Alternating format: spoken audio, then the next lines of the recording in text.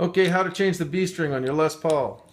So now I'm going to unwind this string and remove the old string using this old peg winder here. I just loosened it manually. And then I've removed the old string. Sometimes I'll cut this portion off just to make it easier to remove. Sure, why not? And then you discard the old string. You've got your new string. This happens to be an Ernie ball. The B string, and I'm feeding it through the bridge down here. And then, actually come and just take a quick look at the bridge down there. So I just fed it through from the bottom. I'm not wrapping it over. Some bridges do that. And then just be aware that you're going to want to get it through the saddle here. And then I'm going to line up the hole in the peg so that it lines up vertically along the path of the string, more or less.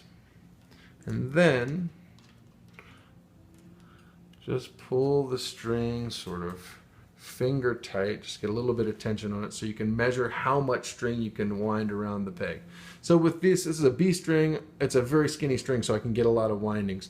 So I'm going to go about a peg length, that's about an inch, and then I'm going to go about another inch, just slightly less. And I'm holding up my fingers and I'm going to back it up and then just bend it off to mark it. So now I've got a bend in the string there. I go around the post to the inside. On your Les Paul, you want all of the strings to go into the inside. This way, or on these bass strings that way.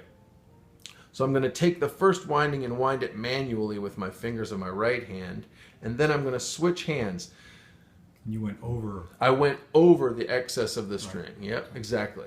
And now I'm going to push down. I'm switching hands from my right hand to my left, and I'm going to push down the B string with my index finger, and then I'm holding the string tension with the thumb.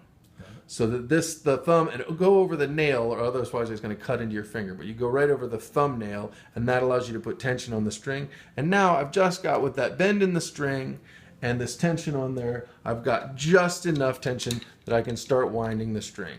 So now I just wind it up with my peg winder.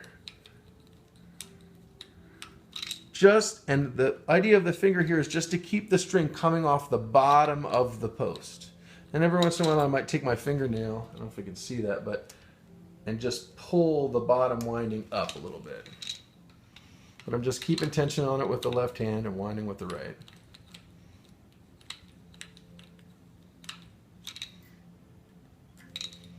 Winding, winding, winding, winding, winding, until I've got the string in the nut.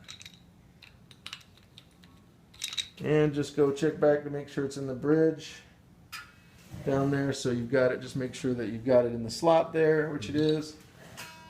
And now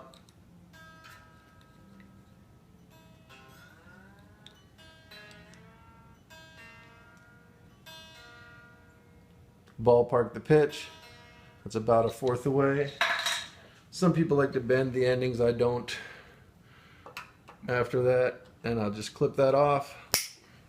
And voila, we have the new B string. And last thing I would recommend doing is, once you get it to pitch, just gently stretch the string along the length of the string. And then continue to bring it up. You may have to do this 3 or 4 times until the string stops losing pitch. Don't pull on it really hard, just gently. I'm only pulling the string maybe an inch away. Okay. Right, but I'm pulling it along the length of the string. And you continue to do that until it stops losing pitch. All right, have fun.